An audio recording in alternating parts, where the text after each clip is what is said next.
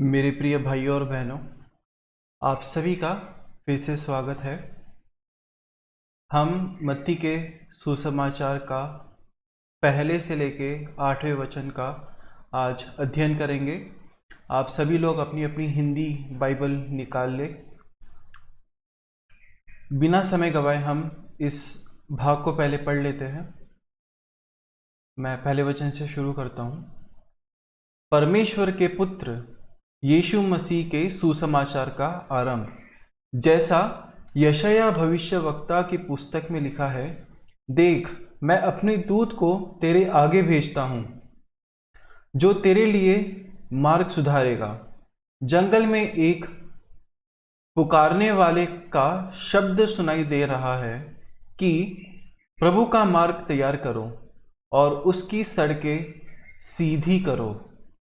यूहन्ना आया, जो जंगल में बपतिस्मा देता और पापों की क्षमा के लिए मनफिराव के बपतिस्मा का प्रचार करता था। सारे यहूदिया प्रदेश के और यरूशलेम के सब रहने वाले निकलकर उसके पास गए और अपने पापों को मानकर यरदन नदी में उससे बपतिस्मा लिया। यूहन्ना ऊँट के रोम का वस्त्र पहने और अपनी कमर में चमड़े का कटिबंध बांधे रहता था तथा टिड्डियाँ व वन मधु खाया करता था और यह प्रचार करता था, मेरे बाद वह आने वाला है जो मुझसे शक्तिमान है। मैं इस योग्य नहीं कि झुककर उसकी जूती का बांध खोलूं। मैंने तो तुम्हें जल से बपतिस्मा दिया है, पर वह तुम्हें पवित्र आत्मा से बपतिस्मा देगा। प्रियो, आप सभी को जो है वचन से पढ़ने का एक अवसर मिला है, इसलिए हम प्रभु का धन्यवाद करते हैं। ठीक है, पहले वचन में देखते हैं, परमेश्वर के पुत्र यीशु मसीह के सुसमाचार का आरंभ। मरकुस 1:1 ये जो है, इसको सही तरीके से समझने के लिए हमें उसी नज़रिए से पढ़ना होगा जिस नज़रिए से पहली शताब्दी के लोग इसे पढ़ते। ठीक है, आज की किताबों में हम देखते हैं कि जब कोई कुछ लिखता है, कोई ऐसे लिखता है या कुछ लिखता है, तो उसमें पहले इंट्रोडक्शन लिखेगा, फिर एक सब हेडिंग होगी उसमें, फिर उसके अंदर फिर सब हेडिंग होगी, फिर आखिरी में कंक्लूजन टाइटल लिखेगा और फिर उसे जो है कंक्लूड करेगा। अलग अलग हेडिंग और सब हेडिंग का यूज़ किया जाता है। लेकिन पुराने समय की जो लिखने की प्रक्रिया होती थी, खासकर जो है हम यहूदिया में देखते हैं, वहाँ पे इस तरह के टाइटल्स नहीं होते थे। लेकिन जो लेखक जो है वो अक्सर शुरुआत एक ऐसी ओपनिंग लाइन से करता था जिसे स्कॉलर इंसिपिट कहते हैं। इंसिपिट, INCIPIT, इंसिपिट कहते हैं, यानी ऐसी पहली पंक्ति जो पूरे विषय का परिचय देती है और आगे आने वाली पूरी बात की दिशा तय करती है।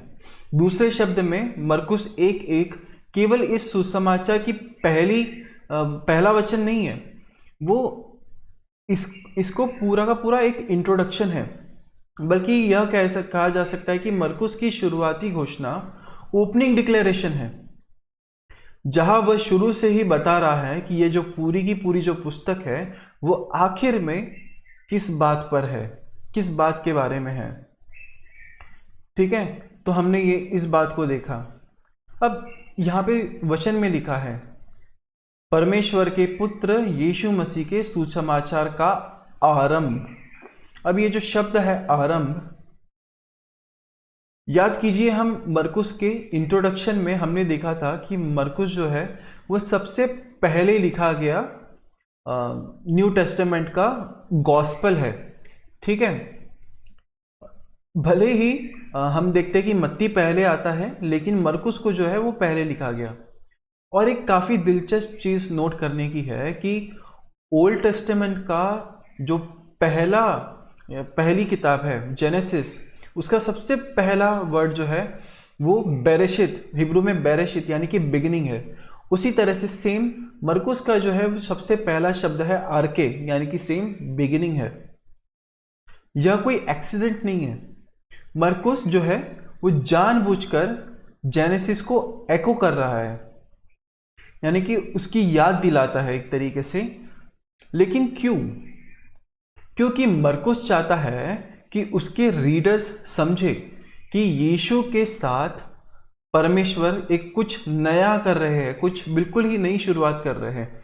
दूसरे शब्दों में जेनेसिस हमें बताती है कि पहले क्रिएशन की शुरुआत कैसे हुई, लेकिन मरकुस हमें यह दिखाता है कि परमेश्वर यीशु के द्वारा उसकी क्रिएशन को रिस्टोर करना कैसे शुरू कर रहा है और अपने किंगडम को कैसे इस्टेब्लिश कर रहा है। ठीक है, तो ये चीजें हम देखते हैं, इसलिए वो जो शब्द है बिगिनिंग वो बहुत इंपॉर्टेंट है। दूसरा हम देखते हैं कि सुसमाचार, परमेश्वर के पुत्र यीशु मसीह के सुसमाचार। अब यहां पर सुसमाचार जो शब्द है इसका अर्थ क्या है? ये जो है ये ग्रीक वर्ड यूएंगेलियन, यानी कि एक मैसेज या फिर मैसेंजर। यूएंगेलियन, यहां पे जो एंगेलियन उसी शब्द से बना एंजल्स, ठीक है, स्वर्गदूत। तो यहां पे गॉस्पेल शब्द का अर्थ या फिर सुसमाचार शब्द का अर्थ ये है गुड न्यूज, सुसमाचार, ग्लैड टाइडिंग्स या जॉयफुल अनाउंसमेंट। पहली सदी में जो रोमन ऑडियंस थी, हम जानते हैं कि मरकुस का सुसमाचार रोमन ऑडियंस के लिए लिखा गया है, यानी कि गैर यहूदी समुदायों के लिए लिखा गया है। वहां पर जो है पहली सदी के रोमन ऑडियंस के लिए गॉस्पेल जो शब्द है वह मुख्य रूप से कोई धार्मिक शब्द नहीं है, बल्कि ये एक पॉलिटिकल शब्द है, एक पॉलिटिकल लैंग्वेज। जब भी जो है सीजर कोई युद्ध जीत जाता था या सिंहासन पर बैठता था या पूरे एम्पायर में शांति लाता था, तब मैसेंजर्स जाकर, यानी कि यूएंगेलियन जाकर एम्परर की गुड न्यूज यानी कि राजा की जो है वो सुसमाचार को फैलाते थे। लेकिन मरकुस इस काफी फेमिलियर शब्द यानी कि जाना पहचाना एक राजसी शब्द को, उसका जो मीनिंग है उसे पूरी तरीके से बदल देता है। वह शुरुआत में ही घोषणा करता है कि सच्ची गुड न्यूज कैसर नहीं है, यानी कि सच्ची अनाउंसमेंट जो है वो रोम में नहीं आई है, लेकिन जो है सच्चा राजा जो है वो यीशु मसीह है, वो ही जो है वो सच्चा सुसमाचार है। इसलिए मरकुस अपनी पुस्तक की पहला जो वर्स है उसे बोल्ड डिक्लेरेशन के साथ वो कहता है कि this is the gospel of Jesus Christ. Okay, अब यहां पे जो शब्द है क्राइस्ट यानी कि मसीहा, यीशु मसीह, मसीह शब्द का अर्थ क्या है? ये जो ग्रीक शब्द क्रिस्तोस या फिर हिब्रू शब्द जो है मशीएक, इससे जो है आया है। इसका अर्थ है कि द अनॉइंटेड वन और द चोजन वन और the appointed one of God, यानी कि परमेश्वर का चुना हुआ, अभिषिक्त किया गया है ना, और उसे एक पद दिया गया जो है वो है इस शब्द का अर्थ। हम देखते हैं कि यीशु मसीह के लिए ये शब्द यूज किया गया। तो क्राइस्ट जो शब्द है यीशु का कोई सरनेम नहीं है, वो एक टाइटल है। ओल्ड टेस्टामेंट में हम किसी व्यक्ति पर तेल से अनॉइंट करना इस बात का प्रतीक था कि परमेश्वर ने उसे एक विशेष उद्देश्य के लिए चुना है और अलग ठहराया है। सामान्य रूप से 3 प्रकार के लोगों को अनॉइंट किया जाता था। सबसे पहला प्रॉफिट्स यानी कि नबी, जो परमेश्वर की ओर से लोगों से बात करते थे, भविष्यवक्ता, है ना। फिर देखते हैं याजक लोग, प्रीस्ट्स, जो लोगों की ओर से परमेश्वर के सामने खड़े होते थे, परमेश्वर से याचनाएं करते थे अपने लोगों के बिहाफ। तीसरा आता है किंग्स या फिर राजा, जो परमेश्वर की प्रजा पर शासन करते थे, उनकी रक्षा करते थे। इसीलिए इज़राइल के लोग इस आशा में जी रहे थे कि एक दिन परमेश्वर मसीहा को भेजेगा, यानी कि वो अल्टीमेट अनॉइंटेड वन, वो आखिरी जो है अभिषिक्त किया गया हुआ को भेजेगा, जिसे परमेश्वर अपने सबसे बड़े उद्धार और राज्य की स्थापना के लिए भेजेगा। तो इस शब्द के पीछे का हमने एक काफ़ी अच्छा जो है मीनिंग देखा है कि अभिषिक्त का मतलब क्या है ना। The Christ, what is the meaning of Christ and what does it mean that Jesus Christ is sun of God. इसका क्या मतलब है कि यीशु मसीह जो है वो सन ऑफ गॉड है। निश्चय ही हम जानते हैं कि यीशु मसीह जो है वो परमेश्वर के पुत्र है। यह कोई सम्मान देने के लिए कोई टाइटल यूज नहीं किया गया, या फिर कोई सिंबॉलिक एक्सप्रेशन नहीं है, या कोई पोएटिक डिस्क्रिप्शन नहीं है। ये वह अनंत पुत्र है, यानी वह पिता के साथ को इटर्नल, यानी कि अनंत है। उनका वही डिवाइन नेचर है और वही एसेंस है जो परमेश्वर का है, वही प्रकृति और वही जो है द्रव्य जो परमेश्वर का है, वही पुत्र का भी है। और वह सचमुच में जो है वो स्वयं परमेश्वर है। जैसे जैसे हम आगे देखेंगे तीसरे वचन में मरकुस जो है वो इस बात को काफी स्पष्ट कर देगा। लेकिन मरकुस यह सब काफी इंटेंशनली जो है वो लिख रहा है। रोमन अंपायर में जो कैसर को भी अक्सर जो है सन ऑफ गॉड कहा जाता था, ठीक है, इस चीज का उसे टाइटल दिया गया ताकि यह दिखाया जा सके कि उसके पास जो है वो सुप्रीम अथॉरिटी है। लेकिन अपनी पुस्तक की पहली ही वर्ष में जो है मरकुस एक बहुत बोल्ड प्रोक्लेम करता है। क्या प्रोक्लेम करता है कि son of God is not Caesar. Kaiser जो है वो परमेश्वर का पुत्र नहीं है, यीशु मसीह परमेश्वर का पुत्र है। वो एक विरोधाभास को यहां पर लिखता है। इसीलिए पहले वचन में पूरे गॉस्पेल का जो है ग्रैंड डिक्लेरेशन किया गया है और उसका एक इस पूरे सुसमाचार का पहला वचन जो है ये फिटिंग टाइटल है, एक सही टाइटल है। परमेश्वर पूरी दुनिया से यह घोषणा कर रहा है कि समय पूरा हो चुका है। लंबे समय से जिस राजा का इंतजार था वह आ चुका है।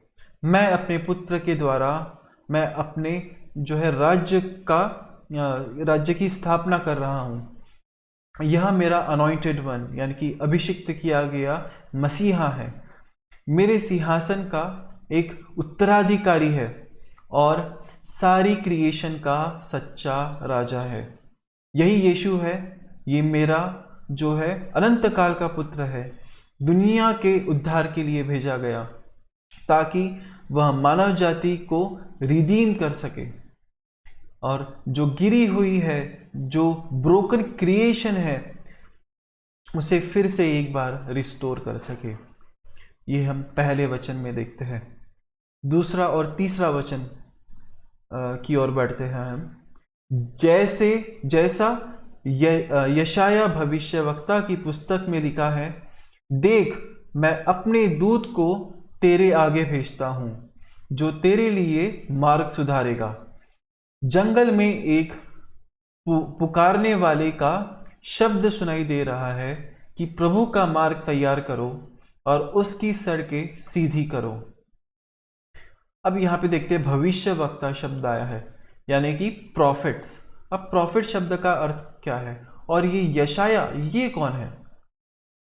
जैसा कि हमने पहले देखा था, प्रॉफिट यह व्यक्ति जो होता है वो परमेश्वर विशेष रूप से जो है चुनता है और अनॉइंट करता है ताकि उसकी ओर से बोले। एक प्रॉफिट जो है वो खुद के शब्द या अपनी राय या अपने आइडियाज को नहीं बोलता, बल्कि विश्वास योग्यता से परमेश्वर के वही शब्द लोगों तक पहुंचाता था जो परमेश्वर ने स्वयं उसे बोला है। पूरे ओल्ड टेस्टामेंट में परमेश्वर ने प्रॉफिट्स को खड़ा किया ताकि वे उसकी इच्छा को प्रकट करें, लोगों को रिपेंटेंस की ओर बुलाए, यानी कि मन फिराव के लिए बुलाए, और वह आने वाले न्याय जजमेंट की उनको वार्निंग दे और परमेश्वर के प्रॉमिसेस की घोषणा करे। यानी कि अगर प्रॉफिट अपने मन की बात करता है तो पुराने नियम में ऐसा लिखा गया है कि उसे जो है पथराव करके या फिर तलवार से जो है उसे मार दिया जाए, क्योंकि उसकी भविष्यवाणी सचमुच में सफल नहीं हुई। इसलिए ये काफ़ी जो है सीरियस बात है, कोई मामूली बात नहीं है परमेश्वर का प्रॉफिट होना, इसमें जान का खतरा होता है। तो देखते हैं कि इज़राइल के इतिहास में सबसे महान जो प्रॉफिट में से एक था वो यशाया था, जिसे हम मसीह के आने से लगभग 700 साल पहले हम उसकी जो है सेवा देखते हैं। उसके नाम का अर्थ है याहवे इज साल्वेशन, यहोवा जो है वो बचाने वाला है या उद्धार करने वाला है। परमेश्वर ने यशाया का उपयोग इज़राइल पर आने वाले जजमेंट के बारे में बोलने के लिए किया, लेकिन साथ ही भविष्य में आने वाले रिडेम्पशन की आशा के बारे में भी बताया, यानी कि जो हमें बचाने वाला है उसकी आशा के बारे में बताया। और सबसे महत्वपूर्ण बात, यशाया आने वाले मसीहा और उसके राज्य के बारे में बहुत विस्तार से प्रोफेसी करता है, जिसे परमेश्वर उसके द्वारा स्थापित करने वाला है। ओके, इसीलिए जब मरकुस यहाँ पर यशाया को कोट करता है तो वह देखना चाहता है, वो दिखाता है कि यीशु का आना जो है वो अचानक नहीं था। परमेश्वर ने इसी बारे में बहुत पहले ही जो है अपने प्रॉफिट के द्वारा बता दिया था। लेकिन क्या आपने एक चीज को गौर किया है? हमने इस बात को तो पढ़ा, लेकिन जो पहला भाग है, हम दूसरी आयत में यहां पर जो लिखा है, देख मैं अपने दूत को तेरे आगे भेजता हूं जो तेरे लिए मार्ग सुधारेगा, ये लेकिन ये यशाया की पुस्तक में लिखा ही नहीं गया है, ये तो मलाकी की पुस्तक में लिखा गया है। आप पूरी की पूरी यशाया की पुस्तक देख ले, वो ये जो है ये शब्द वहां पर नहीं मिलेंगे। तो फिर मरकुस ऐसा क्यों बोल रहा है कि यशाया भविष्यवक्ता ने ये लिखा? क्या उसने यहां पर गलती कर दी? हम देखते हैं कि नहीं, उसने यहां पर गलती बिल्कुल भी नहीं करी है। जैसा यहां पर लिखा गया है, मरकुस यहां पर कोई गलती नहीं कर रहा है। प्राचीन जूइश राइटिंग्स यानी कि यहूदी लिटरेचर जो होता था, वहां पर एक सामान्य प्रैक्टिस थी कि जब कोई लेखक कई प्रॉफिट्स को कोट कर रहा है, यानी कि एक से ज्यादा प्रॉफिट को कोट कर रहा है या साइट कर रहा है, तो एक साथ जो है वो एक ही सोर्स का जो है नाम ले सकता था। यानी कि जो मेजर प्रॉफिट है वह उस कोटेशन में सिर्फ उसी का नाम ले सकता था। यह मरकुस मलाकी 3:1 और यशाया 40:3 दोनों को कंबाइन करता है, लेकिन वह केवल यशाया का नाम लेता है क्योंकि यशाया की प्रोफेसी इस पैसेज का जो है वो मुख्य संदेश है, उसे मुख्य संदेश को एक्सप्लेन करती है और जॉन की मिनिस्ट्री को समझाने के लिए एक केंद्रीय जो है वो प्रोफेसी है। हम इसी तरह से दूसरा सेम पैटर्न हम जो है वो मत्ती 27:9 में भी देखते हैं, जहां मत्ती जो है यिर्मयाह और जकरिया दोनों को कोट कर रहा है, दोनों का मटेरियल यूज कर रहा है, लेकिन वो सिर्फ यिर्मयाह को जो है वो मेंशन करता है, जकरिया को नहीं, है ना। तो ये जो प्रैक्टिस है हम काफी साफ साफ जो है हम देख सकते हैं। इसीलिए मरकुस कोई गलती नहीं कर रहा है, वो सिंपली जो है उस समय का एक सामान्य जूइश प्रैक्टिस को वो जो फॉलो कर रहा है और जानबूझकर हमारा ध्यान यशाया की बड़ी प्रोफेसी की ओर ले जा रहा है, जो कि 3 वचन में आती है, जैसा कि लिखा है, जंगल में एक पुकारने वाले का शब्द सुनाई दे रहा है कि प्रभु का मार्ग जो है वो तैयार करो और उसकी सड़कें सीधी करो। यह समझने के लिए कि मरकुस यहाँ यशाया की बात क्यों कर रहा है, हमें पहले यह समझना होगा कि यशाया ने जब ये बातें लिखी उस समय क्या परिस्थिति चल रही थी। यशाया जो है वो उस समय सेवा कर रहा था जब यहूदा का राजा बार बार परमेश्वर के विरुद्ध पाप कर रहा था, मूर्ति पूजा करके, अन्याय करके और परमेश्वर के साथ किए गए अपने संबंध में विश्वास योग्य न रहकर कई तरीके से उसने जो है प्रभु के साथ विश्वासघात किया।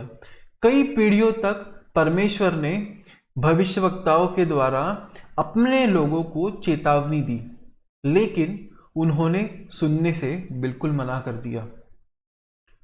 इसके परिणाम स्वरूप परमेश्वर ने उन पर न्याय घोषित कर दिया।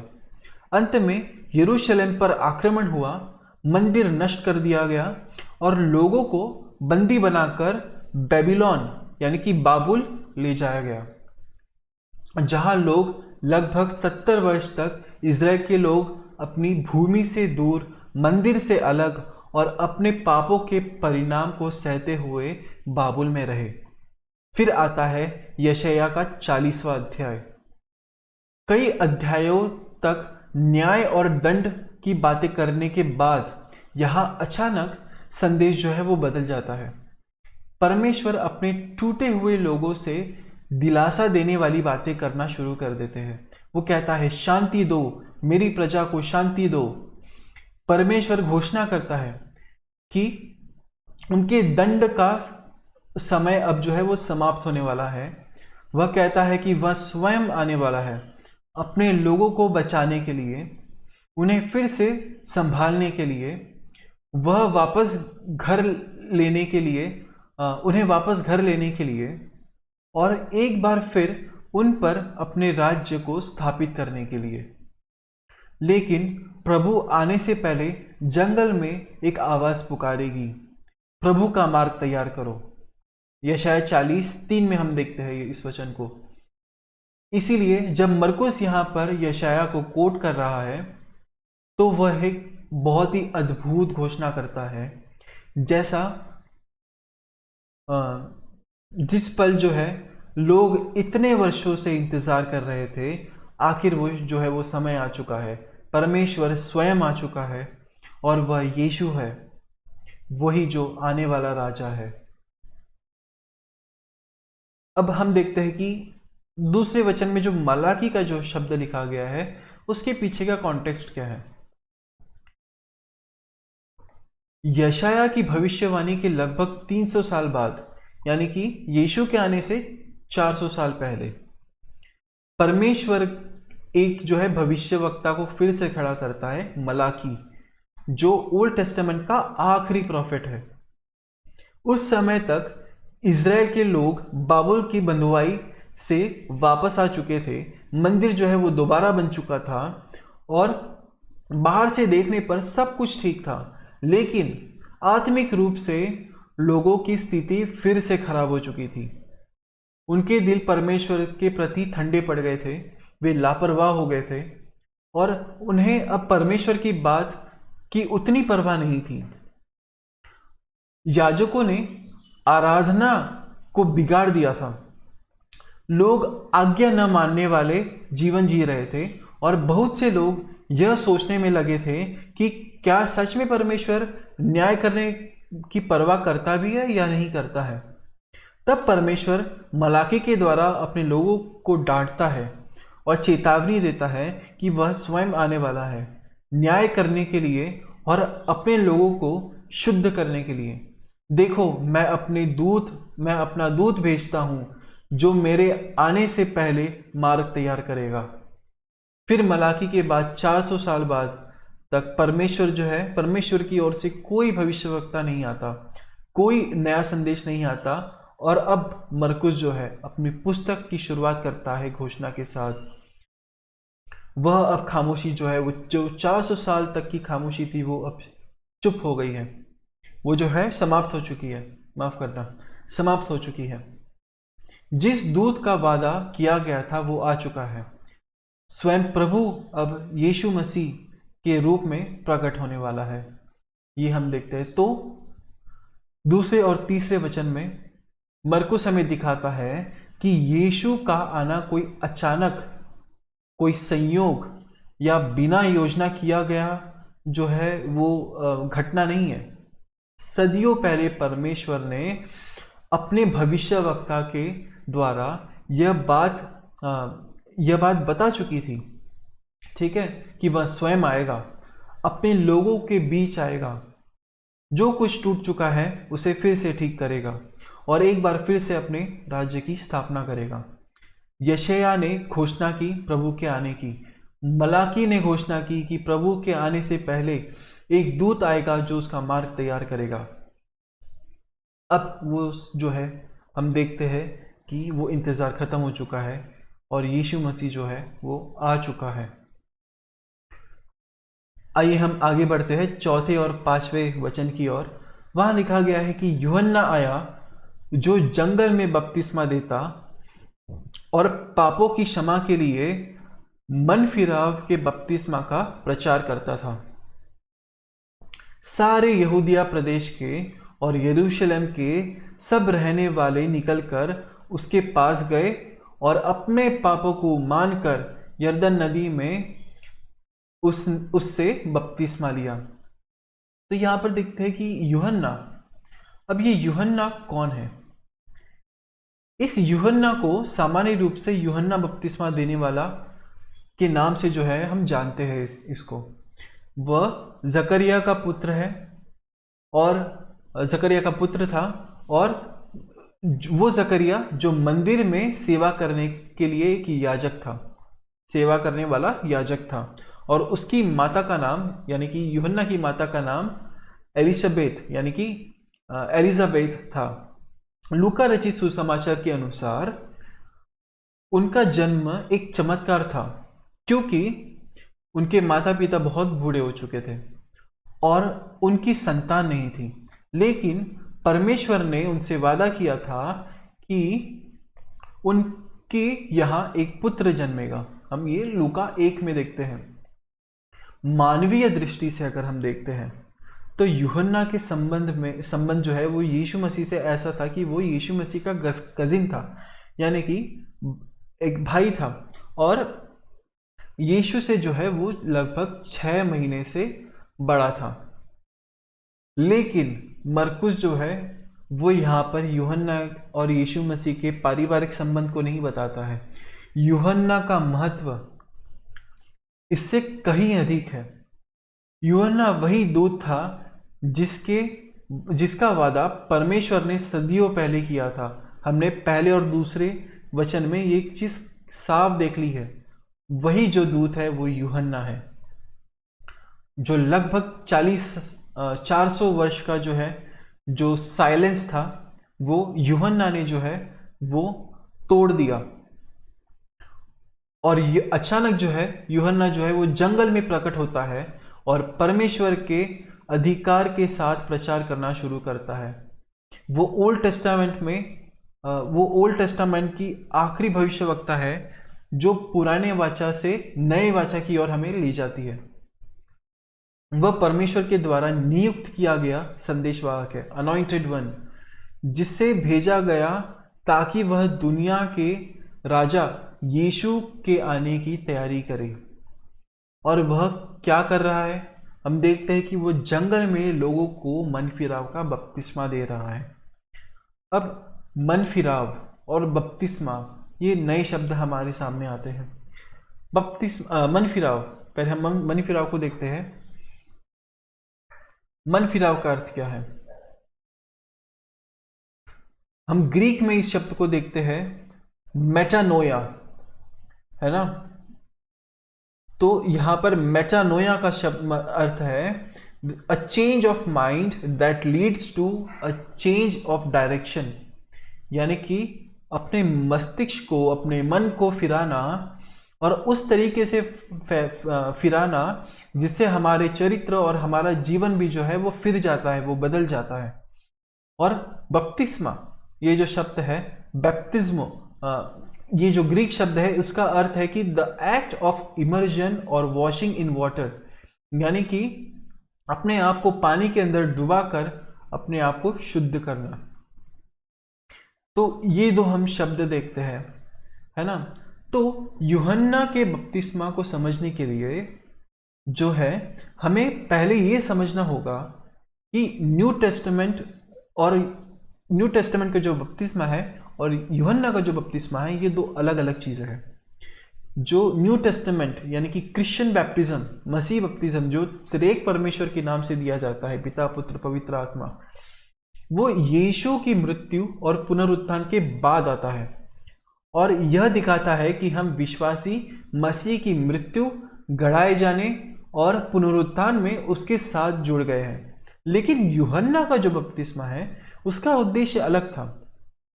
ओल्ड टेस्टामेंट और यहूदियों की परंपरा में पानी से धोना अक्सर शुद्ध होने और अशुद्धता को दूर करने से जुड़ा हुआ था।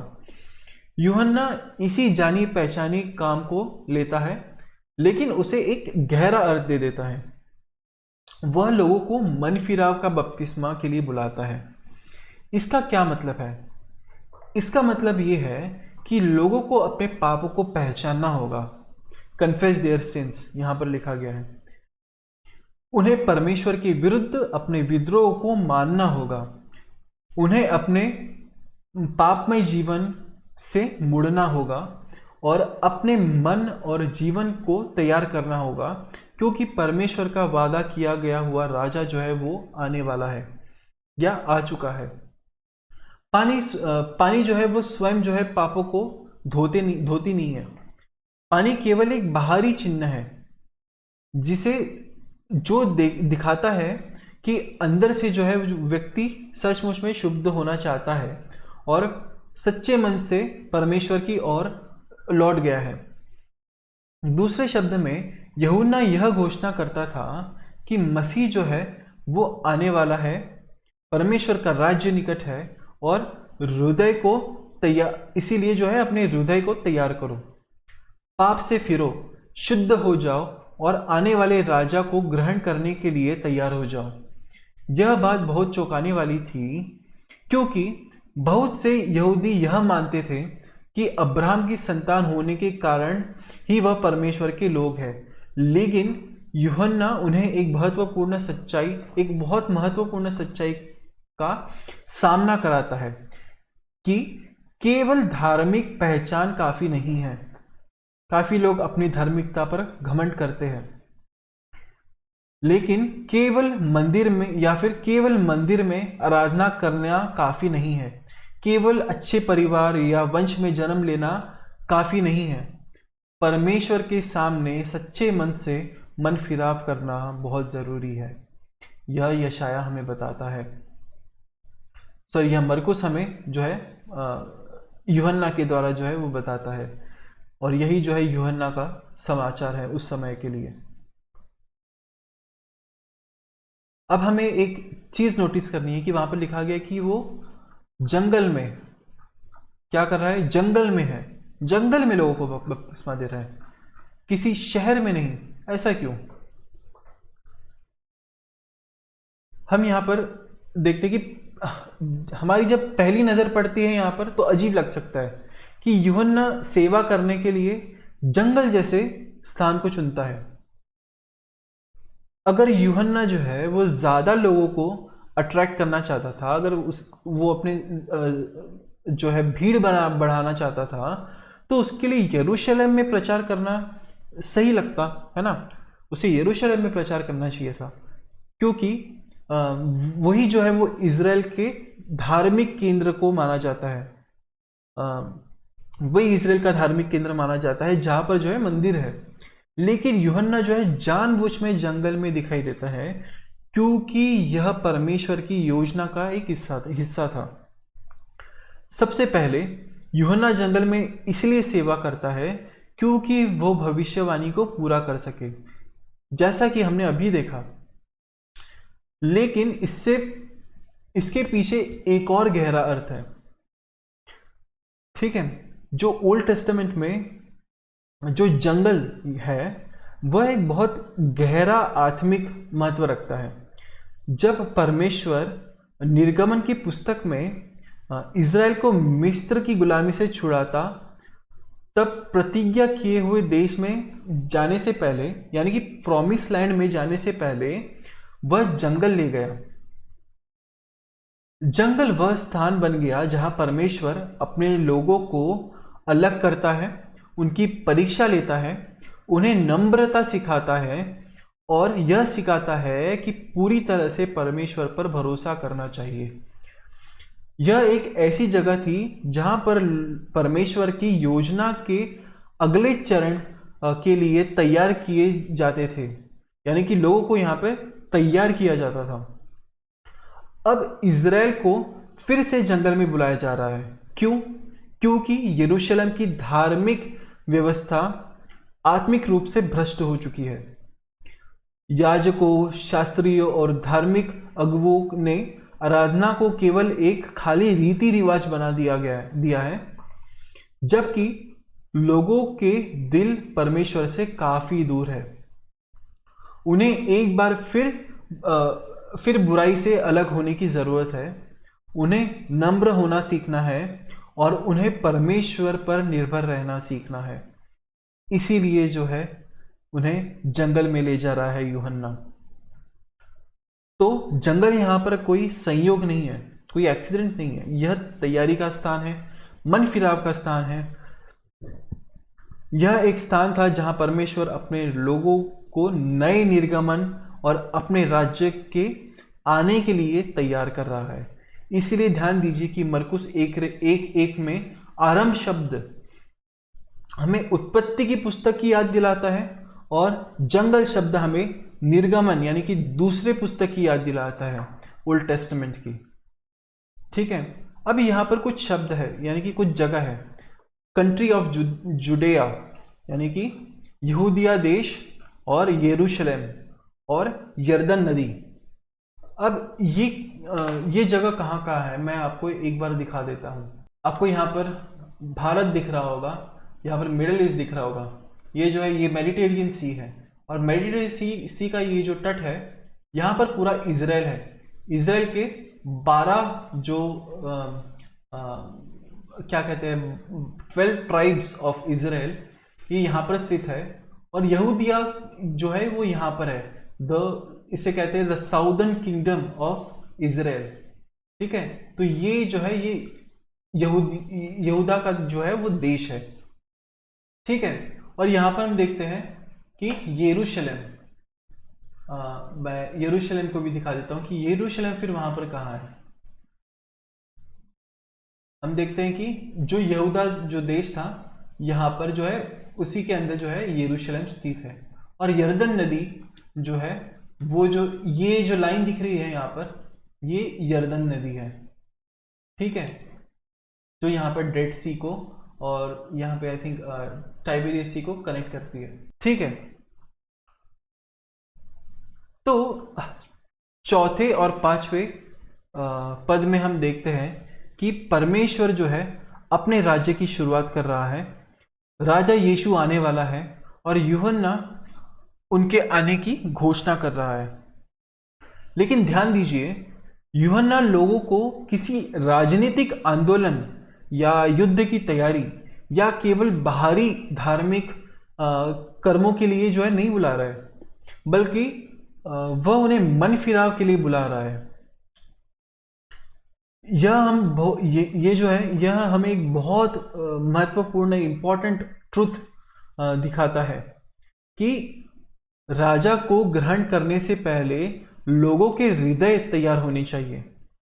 इजराइल की सबसे बड़ी समस्या रोमी शासन नहीं था, बल्कि उससे भी गहरी समस्या थी पाप की समस्या, है ना। इसलिए यूहन्ना यरूशलेम में नहीं बल्कि जंगल में खड़ा होकर प्रचार कर रहा है। इसके द्वारा परमेश्वर अपने लोगों को यह दिखा रहा था कि उन्हें केवल बाहरी धर्म और खाली रीति रिवाजों को छोड़कर आत्मिक रूप से तैयार होने की ज़रूरत है। जैसा एक समय इज़राइल को परमेश्वर के साथ संबंध में आने से पहले जंगल से होकर गुजरना पड़ता था, वैसे ही अब परमेश्वर लोगों को एक नए निर्गमन और अपने राज्य को आने के लिए तैयार कर रहा है। और आश्चर्य की बात यह है कि यरूशलेम और यहूदिया से बड़ी संख्या में लोग आ रहे थे और अपने पापों को मान रहे थे और बपतिस्मा ले रहे थे। आइए हम 6वें वचन की ओर जाते हैं। वहां लिखा गया है कि यूहन्ना ऊंट के रोम का वस्त्र पहने और अपने कमर में चमड़े का कटिबंध बांधे रहता था तथा टिड्डियों और वन मधु खाया करता था। अब यहाँ पर रुक जाते हैं हम, क्योंकि यहाँ पर मरकुस जो है वो क्यों जो है यूहन्ना क्या पहनता था, वो क्या खाता था, इससे हमें क्या लेना देना। यहाँ पर ये चीज़ क्यों लिखी गई है ना। और क्या वो जो जिस तरीके से कपड़े पहन रहा है, क्या वो यहूदिया में जो है नॉर्मल क्लोथिंग थी, क्या उनका जो है वो चीज़ नॉर्मल थी उनके लिए। तो ये सब चीज़ें इंक्लूड करने की क्या ज़रूरत है। तो हमें शायद लग सकता है ऐसा कि ये जो चीज़ यहाँ पर जो है ज़रूरी नहीं है, या फिर बेकार में ही जो है मरकुस जो है यूहन्ना के कपड़ों के बारे में, उसके खाने पीने के बारे में बता रहा है। लेकिन मरकुस जो है अचानक कहानी को रोककर यह इसलिए बता रहा है कि उसका उत्तर काफ़ी सरल है, क्योंकि मरकुस चाहता है कि उसके पाठक पहचाने कि यूहन्ना वास्तव में कौन है। सबसे पहले उसके वस्त्रों पर ध्यान दीजिए। यूहन्ना ऊंट के बालों से बना हुआ वस्त्र पहनता था और उसके कमर पर चमड़े का पट्टा बांधा हुआ था। यह यहूदिया में रहने वाले लोगों का सामान्य पहनावा नहीं था। उस समय अधिकतर लोग आमतौर पर ऊन या सन के कपड़े पहनते थे। फिर यूहन्ना इस तरह कपड़े क्यों पहन रहा है? क्योंकि उसका रूप जानबूझकर भविष्यवक्ता एलिया जैसा दिखाया जाता है, जो कि हम दूसरे राजा की किताब में देखते हैं। दूसरे राजा 1:8 में लिखाया है कि एलिया के वर्णन इसी प्रकार किया गया है। ठीक है, वह बालों के वस्त्र पहने था और उसकी कमर में चमड़े का पट्टा बंधा था। तो एलिया और हम यूहन्ना के बीच में एक समानता देखते हैं, और ये समानता, ये संबंध जो है वो बहुत महत्वपूर्ण है, क्योंकि कई सदी पहले परमेश्वर ने मलाकी में जो है प्रतिज्ञा दी थी, जो कि हमने ऑलरेडी देख लिया है। मलाकी 4:5 में आप इसे फिर से पढ़ सकते हैं। और अब अचानक यूहन्ना जो है वो एलिया के समान जो है दिखाई दे रहा है। मरकुस हमसे ये चाहता है कि हम इस बात को समझें कि यूहन्ना वही प्रतिज्ञा किया गया एलिया है जिसके संबंध में भविष्यवाणी की गई है, जिसके आने की बात परमेश्वर ने मसीहा से पहले कही थी। लेकिन भोजन पर भी ध्यान दीजिए, वो क्या खाता था? यूहन्ना टिड्डी और वन मधु खाता था। यह जंगल में मिलने वाला बहुत साधारण भोजन है। इससे हमें यूहन्ना के जीवन के बारे में एक महत्वपूर्ण बात पता चलती है कि उसने आराम और सुख सुविधाएं को छोड़ दिया था। उसने संसार के जो है संसार से जो है वो अलग जीवन जो है उसने चुन लिया। उसने अपने आप को पूरी तरह से उस काम के लिए समर्पित कर दिया जिस काम के लिए परमेश्वर ने उसे ठहराया था। यरूशलेम में कई धार्मिक अगुवों के विपरीत जो अपने पद और अपने सम्मान का आनंद लेते हैं, यूहन्ना एक बहुत ही साधारण जीवन जी रहा है। उसका जीवन स्वयं उसके संदेश और उसके उस संदेश की गंभीरता को दिखाते हैं। यानी कि वो जिस तरीके से रिपेंटेंस यानी कि मन फिराव की बात कर रहा है, उसका जीवन भी उस मन फिराव को दर्शाता है। दूसरे शब्द में यूहन्ना मंदिर और व्यवस्था से निकाला हुआ कोई सजा सवरा एक धार्मिक अगुवा नहीं है। उसी वैसा बनकर वो नहीं आया।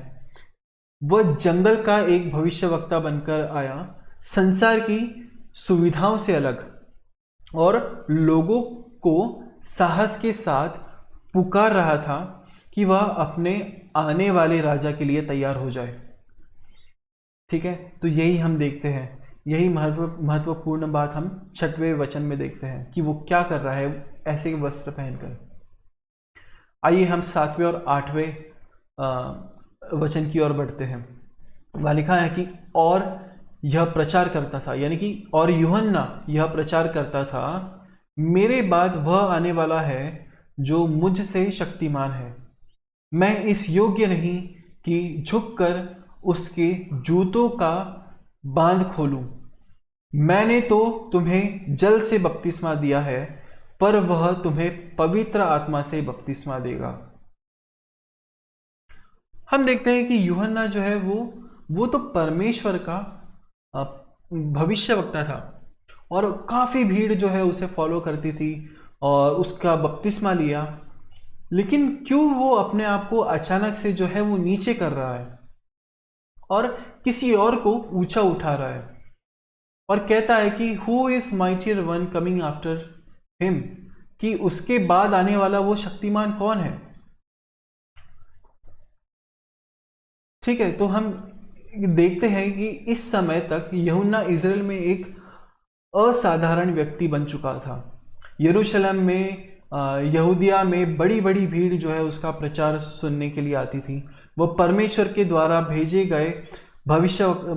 गया भविष्यवक्ता था जो 400 वर्ष की खामोशी के बाद प्रकट हुआ था। अगर हम अपने मानवीय दृष्टि से देखें तो यूहन्ना के पास हर कारण था कि लोगों का ध्यान अपनी ओर खींचे।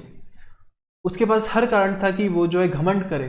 लेकिन ध्यान दीजिए कि यूहन्ना कहता है, मेरे बाद एक ऐसा आने वाला है जो मुझसे अधिक सामर्थी है, मुझसे अधिक शक्तिशाली है।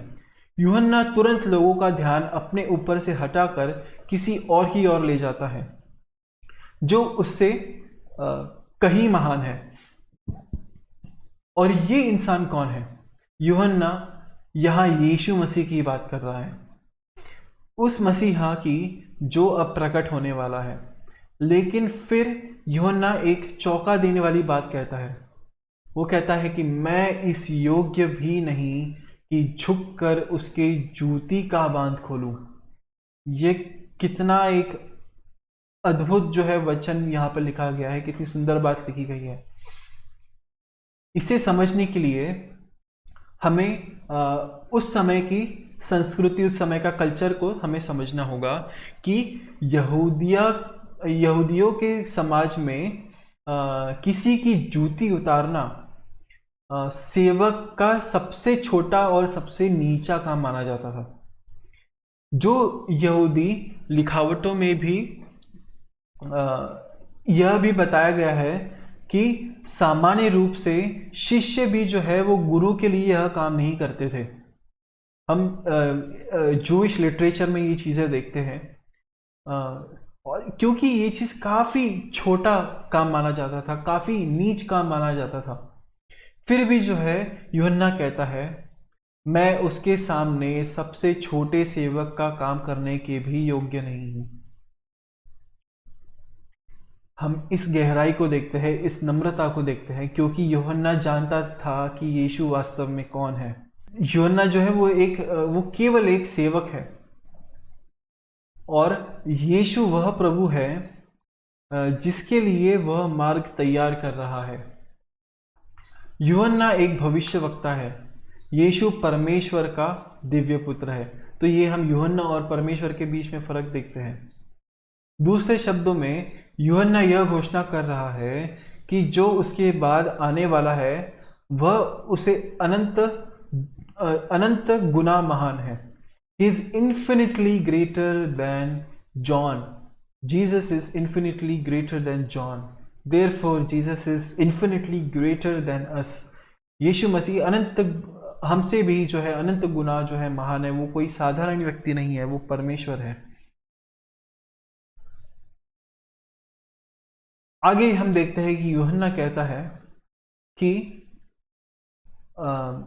मैंने तो तुम्हें जल से बपतिस्मा दिया, पर वह तुम्हें पवित्र आत्मा से बपतिस्मा देगा। अब हम देखते हैं कि यहां पर यूहन्ना अपनी सेवा की तुलना यीशु की सेवा से करता है। सबसे पहले यूहन्ना कहता है मैं तुम्हें पानी का बपतिस्मा दिया है। जैसा कि हमने पहले देखा था कि यूहन्ना का बपतिस्मा बाहरी था, यह मन फिराव और शुद्ध होने की इच्छा का चिन्ह था। इसका उद्देश्य लोगों को आने वाले मसीह के लिए तैयार करना था। लेकिन अब इस अंतर पर ध्यान दीजिए, एक डिफरेंस पर ध्यान दीजिए कि यीशु इससे कहीं बड़ा कार्य करने वाला है। वह तुम्हें पवित्र आत्मा से बपतिस्मा देगा। इसका अर्थ क्या है? हम देखते हैं कि यूहन्ना के विपरीत यीशु केवल कोई बाहरी काम नहीं करता। यीशु के पास अधिकार है कि वह मनुष्य को अंदर से बदल दे। यूहन्ना बाहर से तैयार करता था, यीशु अंदर से जीवन बदलता है। यूहन्ना लोगों का मन फिराव के लिए यूहन्ना जो है वो लोगों को मन फिराव के लिए बुलाता है, लेकिन यीशु परमेश्वर की आत्मा के द्वारा नया जीवन देता है। ये हम फर्क देखते हैं। दूसरे शब्दों में कहे तो यूहन्ना लोगों को परमेश्वर के राज्य के लिए तैयार कर सकता है, लेकिन केवल यीशु ही मनुष्य के हृदय को सच्चे रूप से बदल सकता है और उसे नया कर सकता है। हम ये चीज़ जो है एजेकियल 36 में हम देखते हैं कि वहाँ पर ये कोई नई बात नहीं है। ये चीज़ जो है परमेश्वर ने पहले ही बता दी थी कि परमेश्वर जो है वो एक प्रॉमिस किया था उन्होंने कि वो उन्हें अंदर से भी साफ करेगा। एजेकियल 36, 26, 27 में हम देखते हैं कि मैं तुमको नया मन दूंगा, मैं तुम्हारे भीतर नई आत्मा उत्पन्न करूंगा, मैं तुम्हारी देह से पत्थर का हृदय निकालकर तुमको मांस का हृदय दूंगा, मैं अपना आत्मा तुम्हारे भीतर देकर ऐसा करूंगा कि तुम मेरी विधियों पर चलोगे और मेरे नियमों को मानकर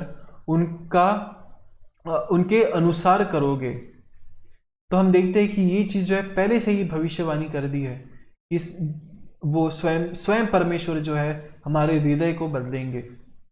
हम सेम चीज़ जो है यशाया 44:3 में देखते हैं, क्योंकि मैं प्यासी भूमि पर जल और सूखी भूमि पर धाराएं बहाऊंगा, मैं तेरे वंश पर अपनी आत्मा और तेरी संतान पर अपने आशीष उड़ेलूंगा। यहाँ पर साफ साफ देखता है कि जल और आत्मा दोनों का मेंशन किया गया है।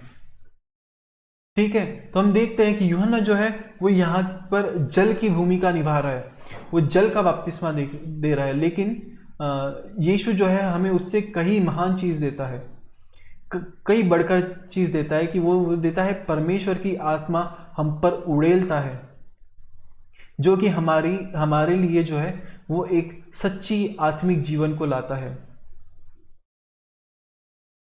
हम ये जो चीज़ है हम प्रेषितों के कृत्य में हम ये चीज़ देखते हैं। एक्ट्स 1:5 में हम इस चीज़ को फुलफिल होते हुए देखते हैं, एक्ट्स चैप्टर 2 में हम इस चीज़ को फुलफिल होते हुए देखते हैं। तो वचन 7 और 8 में हम देखते हैं कि मरकुस हमें दिखाता है कि यूहन्ना कभी भी यूहन्ना जो है वो एक मुख्य व्यक्ति नहीं था, वो मुख्य व्यक्ति नहीं है, लेकिन यीशु मसीह मुख्य व्यक्ति है, इसलिए वो यीशु मसीह की ओर इशारा करता है। यूहन्ना एक महान भविष्यवक्ता था, और बड़ी भीड़ उसके पीछे चलती थी। फिर भी वो जो है नम्रता से कहता है कि यीशु उसके अनंत गुना महान है, यीशु जो है उससे अनंत गुना महान है। यूहन्ना लोगों को मन फिराव के लिए बुला सकता था और पानी से बपतिस्मा के द्वारा जो है बाहरी तौर पर उन्हें तैयार कर सकता था, लेकिन यीशु जो है वो उनसे बड़ा काम करते हैं। वो पवित्र आत्मा के द्वारा मनुष्य के अंदर जो है वो बदलाव लाते हैं। अब जो है इस बात को जो है वो एक ना पुराने टूटे हुए घर की तरह देखिए। यूहन्ना जो है वो केवल बाहर की जो दीवारें हैं उन्हें ठीक कर सकता है और जो है साफ सफाई कर सकता है और कुछ टूटी फूटी चीज़ों को थोड़ी बहुत मरम्मत कर सकता है, लेकिन असली समस्या जो है वो काफ़ी गहरी है। असल में जो घर की जो नींव है वही खराब हो चुकी है, वही सड़ चुकी है। इसलिए यीशु आता है, पुराने घर को पूरी तरह से गिरा देता है और उसकी जगह एक बिल्कुल नया घर बना देता है। यही फर्क है यूहन्ना और यीशु मसीह में। यूहन्ना केवल तैयार करता है और यीशु मसीह जो है वो पूरी तरह से नया बना देता है। दोस्तों, हम अपने समय से निकल कर हम पहले शताब्दी में हम वापस गए और हमने उन लोगों के दृष्टिकोण से देखा जो मरकुस के सुसमाचार को पढ़ रहे हैं और वो अपने समय के अनुसार उन चीज़ों को समझ रहे हैं। आइए हम वापस अपने समय में आते हैं और हम देखते हैं कि मरकुस का जो अंश हमने समझा है, पढ़ा है, जिस पर अध्ययन किया है, वो हमारे लिए क्या कहता है। सबसे पहली बात, जैसे उस समय इज़राइल संसार की बातों में फंसा हुआ था, वैसे ही आज भी हम जो है दुनिया के जाल में फंसे हुए हैं। यूहन्ना के समय लोग सोचते थे और उनकी सबसे बड़ी समस्या जो है वो इस तरीके से समझते थे कि उनकी सबसे बड़ी समस्या जो है वो रोम का शासन है।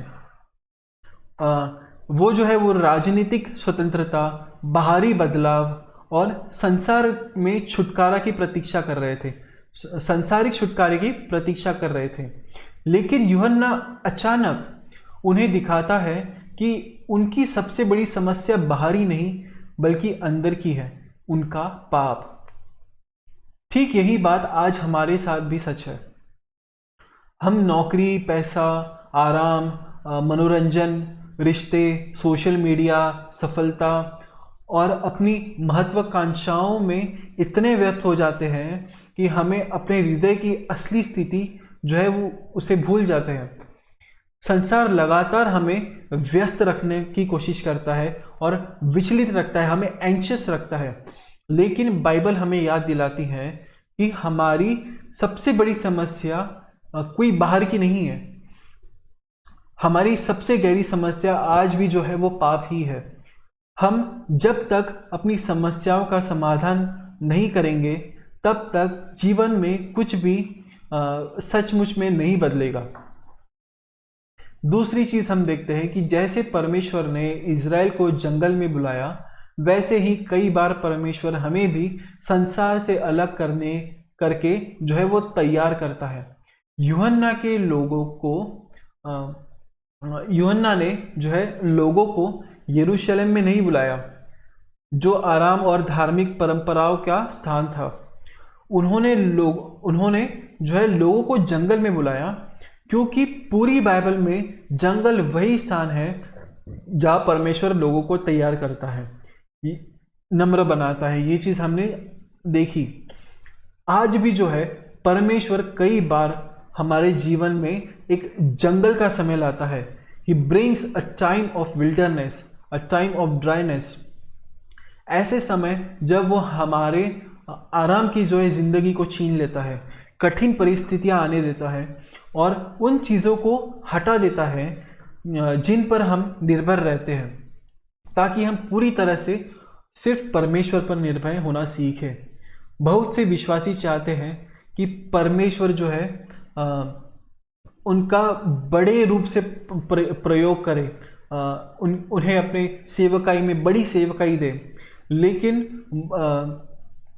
बहुत से लोग जो है वो जंगल से गुजरना नहीं चाहते, और जो है लेकिन जो है हम देखते हैं कि परमेश्वर जो है सार्वजनिक रूप से हमारे द्वारा काम करने से पहले वो निजी जीवन में हमें अंदर से जो है हमारे अंदर जो है गहराई से काम करता है।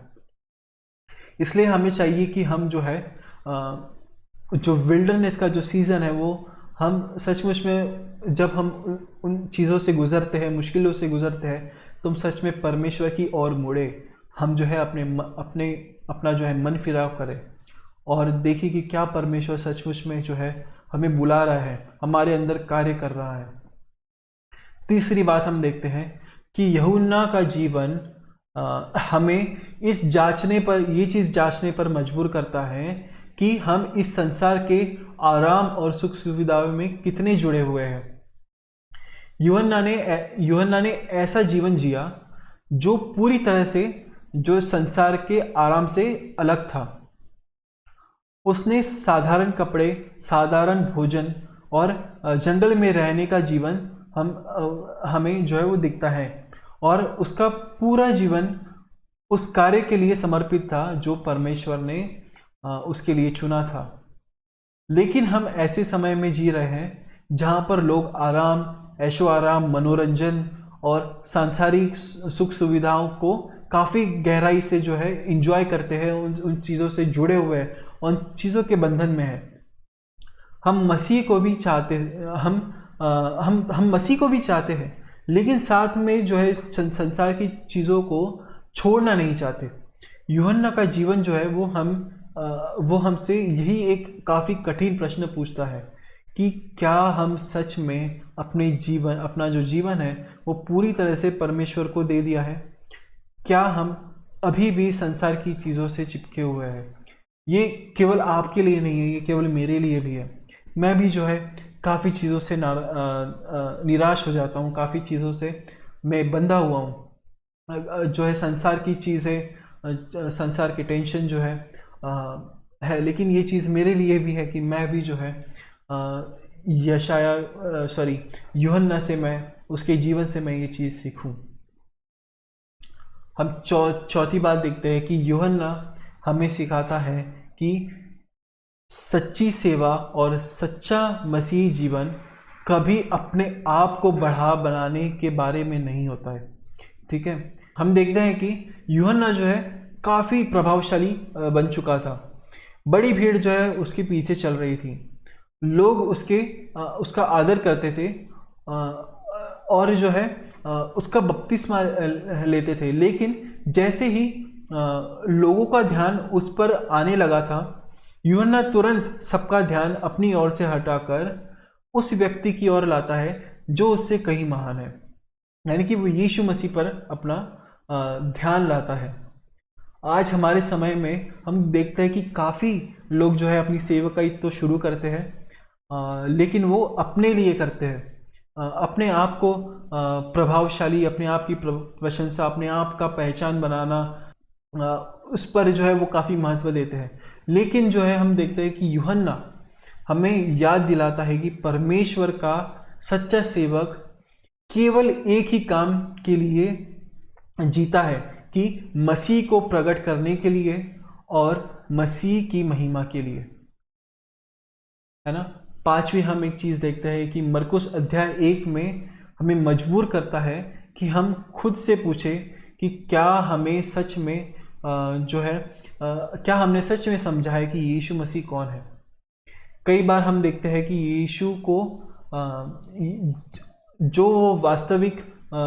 यीशु का जो वास्तविक रूप है, हम उसे काफ़ी छोटा बना दिया है।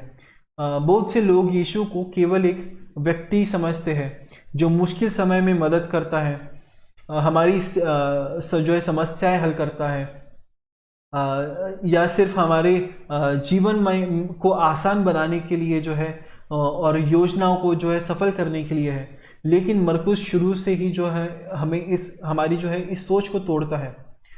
जिस तरीके से वहाँ के लोग सांसारिक छुटकारा चाहते थे, राजनीतिक पॉलिटिकल छुटकारा चाहते थे, लेकिन जो है हम देखते हैं कि यूहन्ना जो है उनका मन बदलता है। यीशु पॉलिटिकल मसाया नहीं है, वो एक आत्मिक मसीहा है।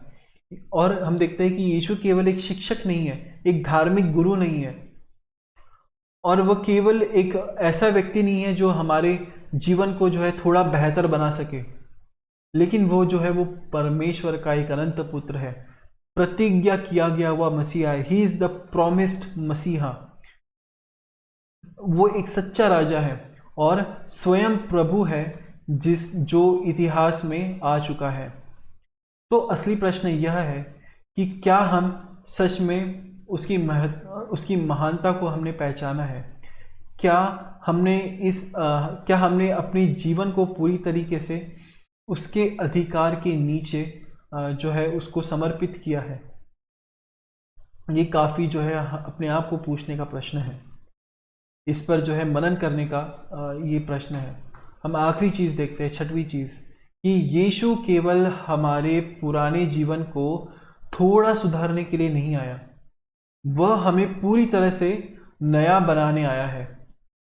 यूहन्ना केवल पानी से बपतिस्मा दे सकता था, वो लोगों को बाहरी तौर से तैयार कर सकता था, उन्हें मन फिराव के लिए बुला सकता था और आने वाले मसीह की ओर एक इशारा कर सकता था। लेकिन यूहन्ना जानता था कि उसकी सेवकाई की जो है वो कुछ सीमाएं हैं, वो उस सीमाएं से बढ़ा नहीं हो सकता। यीशु इससे कहीं ज़्यादा बड़ा है। वो जो है वो पवित्र आत्मा से बपतिस्मा देता है। इसका अर्थात यह है कि वो केवल बाहरी तौर से नहीं बदलता, बल्कि मनुष्य के हृदय को अंदर से बदल देता है। मसीह जीवन का अर्थ केवल थोड़ा बेहतर बनना नहीं है ना? उसका अर्थ यह है, मसीह जीवन का अर्थ यह है कि पूरी तरह से एक नया सृजन, एक नई रचना जो है वो बनना है। हम इन चीज़ों को देखते हैं। आइए हम प्रार्थना करते हैं। हे पिता परमेश्वर, सचमुच में प्रभु तेरे वचन प्रभु अनमोल है। प्रभु मैं धन्यवाद देता हूँ कि प्रभु इन वचनों के द्वारा प्रभु सचमुच में तूने मेरी आत्मा को तृप्त किया है प्रभु। और जो भी प्रभु इस मैसेज को प्रभु जिन्होंने भी सुना है प्रभु, मैं सचमुच में उनके लिए आभारी हूँ प्रभु, कि सचमुच में प्रभु आपने उन्हें तृप्त किया है इन वचनों के द्वारा। प्रभु होने दे प्रभु कि हम जो है एक मन फिराव के जीवन को प्रभु हम जी सके प्रभु, जिस तरीके से यूहन्ना जीता था कि उसने जो है एक साधारण जीवन जिया, उसी तरह से प्रभु हम भी जो है इस संसार से बाहर निकल कर प्रभु आपकी बातों पर हम गौर करें, आपकी बातों को सुने और प्रभु आपके जो है कदमों पर चले प्रभु होने दीजिए प्रभु कि जो जिस तरीके से प्रभु हमने देखा कि जो है यीशु मसीह जो है पवित्र आत्मा का बपतिस्मा देते हैं प्रभु।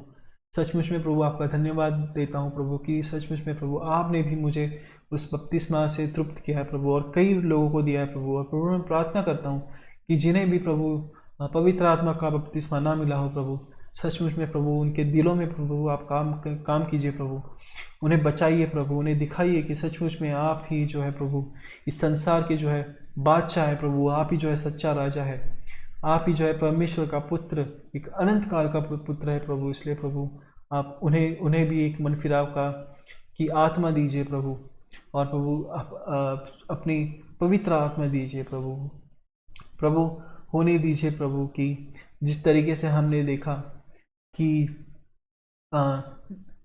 उन बातों को छोड़कर, उन आशाओं को छोड़कर जो सांसारिक है प्रभु, उन्हें छोड़कर प्रभु उन आशाओं जो अनंत काल की आशाएं हैं जो हमें यीशु मसीह में मिलती है प्रभु, उन्हीं आशाओं में प्रभु हमें तृप्त कर और होने दे प्रभु कि सचमुच में प्रभु तू बढ़ता है और हम घटते हैं। होने दीजिए प्रभु इस सेवकाई से प्रभु मैं ना बढ़ूँ प्रभु तू बढ़, कि तेरे वचन की प्रभु एक सच्चे वचन देने की प्रभु मुझे क्षमता दे प्रभु। केवल और केवल प्रभु तेरी महिमा हो। तू जो है तू दिखे प्रभु इन स्टडीज़ के द्वारा और इन मनन के द्वारा, इन अध्ययनों के द्वारा प्रभु तेरी महिमा हो प्रभु। इस बात को देखते मैं नहीं परंतु तू प्रभु। इसी बात से प्रभु मैं यीशु मसीह के नाम से इन प्रार्थनाओं को रखता हूँ प्रभु, सुनो और ग्रहण कर। आमीन। आप सभी का धन्यवाद। मैं आशा करता हूँ कि जो है इस अध्ययन के द्वारा प्रभु ने आप सभी को आशीषित किया है। मैं आपको जल्द देखूँगा इसके दूसरे भाग में। प्रभु आप सभी को आशीषित करे। जय मसीह की।